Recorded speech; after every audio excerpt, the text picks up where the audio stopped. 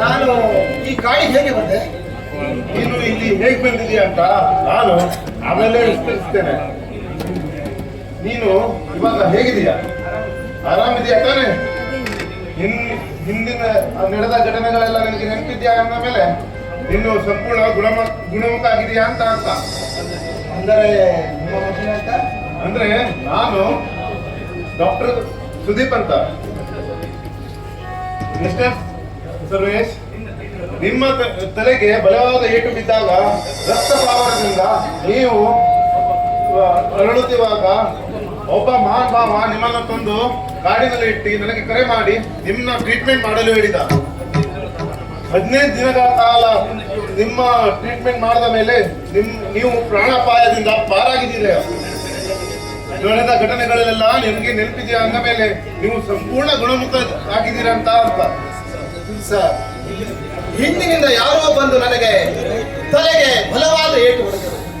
ಆದ್ರೆ ನಾನು ತಿರುಗಿ ನೋಡಿದಾಗ ಒಬ್ಬ ವಯಸ್ಸಾದ ಮುದುಕ ಬಡಿಗೆ ಹಿಡಿದು ನಿಂತಿದ್ದ. ಸಾಮಾನ್ಯವಾಗಿ ಅವರೇ ನನ್ನನ್ನ ಸಾಯಿಸಲು ಬಂದಿರಬೇಕು.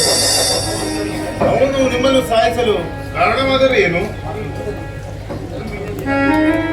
ಏನಾದ್ರೂ ದ್ವೇಷನ? ಇಲ್ಲ ಸರ್, ನನಗೆ ಯಾರ ಮೇಲೂ ದ್ವೇಷ ಇಲ್ಲ. ಆದ್ರೆ ನನಗೆ ದ್ವೇಷ ಇರುವುದು ಆ ಮನೆ ಹಾಡಿ ಮಾಯಾಳ ಮೇಲೆ ಮಾತ್ರ. ಬದುಕಿ ಬಾಳಬೇಕಿದ್ದ ನನ್ನ ದಣಿಯವರ 2ನೇ ಹೆಂಡತಿಯಾಗಿ ಬಂದು ಅವರನ್ನ ವಿಷ ಹಾಕಿ ಸಾಯಿಸಿದಳು. ದಾರಿ ಕಟ್ಟಿದ ಗಂಡನನ್ನೇ ಯಮಲೋಕಕ್ಕೆ ಕಳಿಸಿದಳು. ಆ ಮಾಯಾಳನ್ನ ಕತ್ತು ಹೆಚ್ಚಿಗೆ ಸಾಯಿಸಬೇಕೆಂಬ ವರ್ಷದಲ್ಲಿ ಹೇಡಿಯಂತೆ ಹಿಂದಿನಿಂದ ಬಂದು ನನ್ನ ತಲೆಗೆ ಹೊಡೆದು ಬಿಟ್ಟ. ಇದರಲ್ಲಿ ಆ ಮಾಯಾಳ ಕಾರಸ್ಥಾನವಿದೆ, ಅವಳ ಕುಮ್ಮಕ್ಕೆ ಇದೆ. ಅಂತೂ ನಡೆದ ಘಟನೆಗಳೆಲ್ಲ ನಿಮಗೆ ನೆನಪಿದೆ ಅಂದ ಮೇಲೆ ನೀವು ಸಂಪೂರ್ಣ ಗುಣಮುಖ ಆಗಿದ್ದೀರಾ. ದೇವರು ದೊಡ್ಡವನು. ದೇವರು ದೊಡ್ಡವನಲ್ಲ ಸರ್, ನನ್ನ ಪಾಲಿಗೆ ನೀವೇ ದೊಡ್ಡರು. ನನ್ನ ಜೀವ ಉಳಿಸಿದ ನೀವೇ ಆಗಪ್ಪ. ದೊಡ್ಡ ದೇವರು ಜೀವ ಮರಣದಲ್ಲಿ ನರಳುತ್ತಿರುವಾಗ ಸರಿಯಾದ ಸಮಯಕ್ಕೆ ನಿಮ್ಮ ಔಷಧಿ ಮಾಡಲು ಸಹಾಯ ಮಾಡಿದವನು ಇನ್ನು ಅವನೇ ನಿಮ್ಮ ದೊಡ್ಡ ದೇವರು. ಅಂದ್ರೆ ಸರ್, ಆ ವ್ಯಕ್ತಿ ಯಾರು? ಆ ಪುಣ್ಯಾತ್ಮನ ಯಾರು?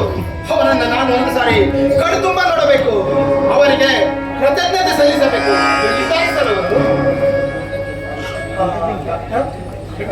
ಬನ್ನಿ.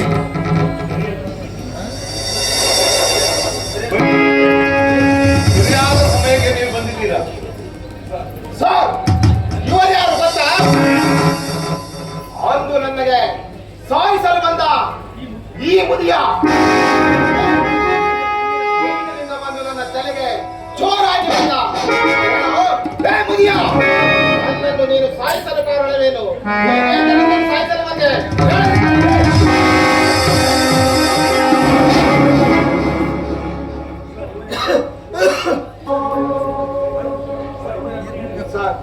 ಇವನ್ ಯಾರು ಗೊತ್ತಾ? ದೇಸಾಯಿಯವರನ್ನ ಸಾಯಿಸಿದ ಕೊಲೆ ಪಾತಕ, ಮನೆ ಹಾಳಿ ನ್ಯಾಯವೊಂದಿಗೆ ಸೇರಿ ಕೊಲೆ ಮಾಡಿದ ದುಷ್ಟ ಸರ್ವನು.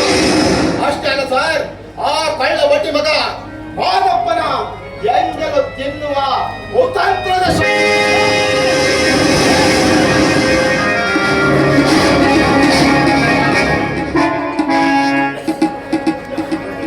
ನೀವು ಕೇಳ್ತಿದ್ಯಲ್ಲ, ನಿನ್ನ ಪ್ರಾಣ ಉಳಿಸಿದವನೇ ಅಂತ. ಮುಂದೆ ಕಣೋ. ಏನು ಏನು ನನ್ನ ಪ್ರಾಣ ಉಳಿಸಿದನು ಇವನೇ?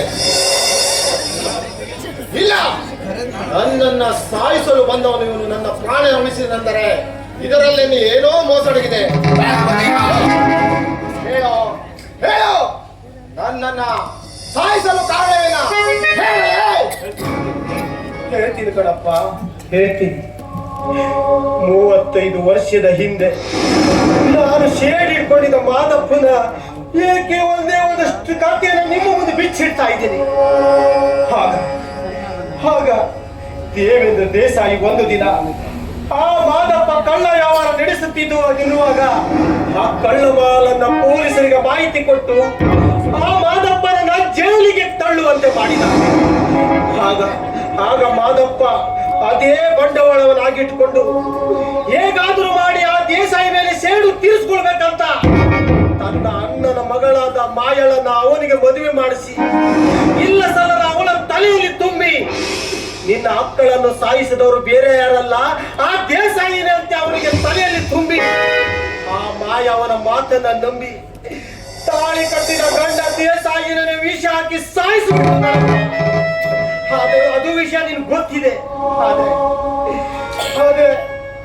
ಅದೇ ದಿನ ರಾತ್ರಿ ಮಧ್ಯರಾತ್ರಿ ನನ್ನ ಕೈಯಲ್ಲಿ ಬಂದೂಕು ಕೊಟ್ಟು ನಿನ್ನನ್ನು ಸಾಯಿಸುವಂತ ನನಗೆ ಕಳಿಸಿಬಿಟ್ಟ. ನಾನು ಹಾಗೆ ಮಾಡಲಿಲ್ಲಪ್ಪ. ನಿನ್ನ ಜೀವ ಉಳಿಸಬೇಕಂತ ನಾನು ನಿನಗೆ ದೊಣ್ಣೆಯಿಂದ ಹೊಡೆದು ಎಚ್ಚರಿಕೆ. ಶೆಟ್ರೆ, ಈ ವಿಷಯ ನಿಮಗೆ ಮೊದಲೇ ಗೊತ್ತಿದ್ದರೆ ಮಾಯಾಳಿತ ದೇಸಾಯಿ ಅವರ ಜೀವನ ಕಾಪಾಡಬಹುದಿತ್ತಲ್ಲ. ಇಲ್ಲ ಕಣಪ್ಪ, ಇಲ್ಲ. ಅದೇ ದಿನ ಮಾದಪ್ಪ ನನಗೆ ಕಾಲ್ ಮಾಡಿ ತಿಳಿಸಿದಾಗಲೇ ಆವಾಗಲೇ ಗೊತ್ತಾಗಿದ್ದು. ಮೊದಲು ನಾನು ಬರುವುದಕ್ಕಿಂತ ಮುಂಚೆ ಆ ದೇಸಾಯಿ ಹೆಣ ನೆರಳಿಕೆ ಕೈಯಿಂದ ಏನ್ ಮಾಡ್ಲಿಕ್ಕೆ ಆಗ್ಲಿಲ್ಲಪ್ಪ. ಅವನನ್ನು ನೋಡಿ ಹೆಚ್ಚಾಗಿ ನಾನು ನಿನ್ನನ್ನು ಉಳಿಸ್ಕೋಬೇಕಾಗಿತ್ತು. ಆದ್ರೆ ನಾನು ಉಳಿಸ್ಕೊಂಡಿದ್ದೀರಪ್ಪ, ನಾನು ಉಳಿಸ್ಕೊಂಡು ಬಿಟ್ಟು. ಶೆಟ್ರೆ, ನನ್ನನ್ನ ಕ್ಷಮಿಸಬೇಡಿ. ಗೊತ್ತಾಗದೆ ನಿಮ್ಮನ್ನ ಬಾಯಿಗೆ ಬಂದಂತೆ ಮಾತನಾಡಿಬಿಟ್ಟೆ. ನಿಮ್ಮನ್ನ ಕುತ್ತಿಗೆ ಹಿಡಿದು ಸಾಯಿಸಲು ಕೂಡ ಸಿದ್ಧರಾಗಿಬಿಟ್ಟೆ. ಶೆಟ್ರೆ, ನನ್ನನ್ನು ಕ್ಷಮಿಸಿಬಿಡಿ.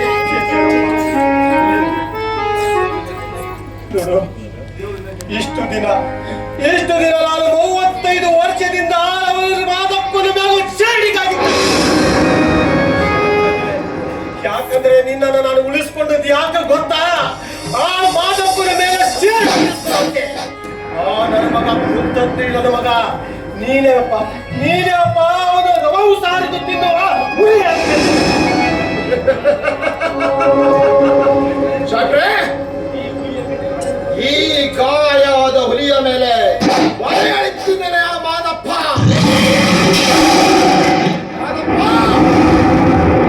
ನಾನು ಹಸಿದ ಹುಲಿಯಾಗಿ ನಿನ್ನ ಮಾಂಸವನ್ನು ಹರಿದು ತಿನ್ನದಿದ್ದರೆ ಅವನು ದೇಸಾಯಿಯ ಕಾರ್ ಡ್ರೈವರ್ ಸರ್ವೇಶನೇವಲ್ಲ.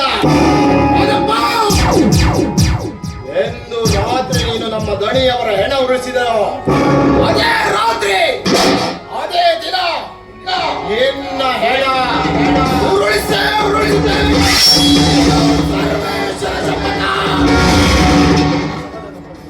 ಸಮಾಧಾನ ನೋಡು. ಈಗ ಏನು ನಾವು ಚಿಂತಿಸಿ ಫಲವಿಲ್ಲ.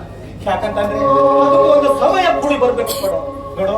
ಇದೇ ಕಾಡಿನ ಪಕ್ಕದಾಗೆ ಈ ಸಮಾಧಿ, ನಾನು ದೇಸಾಯಿಯವರ ಸಮಾಧಿ ಇಲ್ಲೇ ಮಾಡಿದ್ದೀನಿ. ಮೊದಲು ಆ ಸಮಾಧಿಯನ್ನು ಪ್ರಾರ್ಥಿಸಿ ನಾವು ಮೊದಲ ಹೆಜ್ಜೆ ಇಟ್ಟರು. ತುಂಬಾ ಉಪಕಾರವಾಯಿತು. ಇವನ ಚಿಕಿತ್ಸೆ ಕೊಟ್ಟು ಕಷ್ಟ ಕಾಲದಲ್ಲಿ ಇವರು ಪ್ರಾಣ ಉಳಿಸಿದ್ದಕ್ಕೆ ನಿಮಗೆ ಎಷ್ಟು ಕೃತಜ್ಞತೆ ತೋರಿಸಿದ್ರು ಕಡಿಮೆನ ಸರ್. ಆಗ್ಲಿ, ನಾ ಬಂದಿದ್ದ ಕಾರ್ಯ ಮುಗೀತು. ನಾನು ಬರ್ತೀನಿ.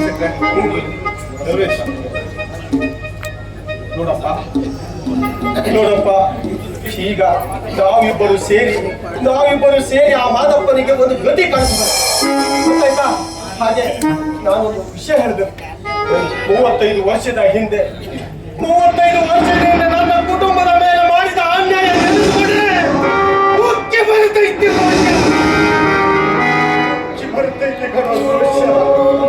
ಏನು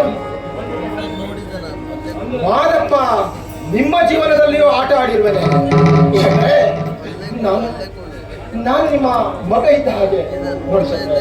ನಿಮಗೇನು ಅನ್ಯಾಯವಾಗಿದೆ ಅಂತ ನನ್ನ ಹತ್ರ ಹೇಳಿ ಕಳಿಸುತ್ತಾರೆ. ಅವನ ಮೇಲೆ ಸೇಡು ನಾನು ತಿಳಿಸುತ್ತೇನೆ. ನೋಡಪ್ಪ, ನನ್ನ ಕತೆ ಬಲು ದೊಡ್ಡದಾಗಿದೆ. ನನ್ನ ಕತೆಗೆ ಆ ನಾಟಕ ಬರೆದ ಕವಿಗಳೇ ತಡೆ ಹಿಡಿದಿದ್ದಾನೆ. ಅವರೇ ತಡೆದ ಹಿಡಿದಿದ್ದಾನೆ ಅಂದಮೇಲೆ ನಾನು ಮುಂದೊಂದು ಸಲ ನಿನಗೆ ನೇರವಾಗಿ ಹೇಳಕ್ಕೆ ನನ್ನ ಕತೆನ ಮಾದಪ್ಪ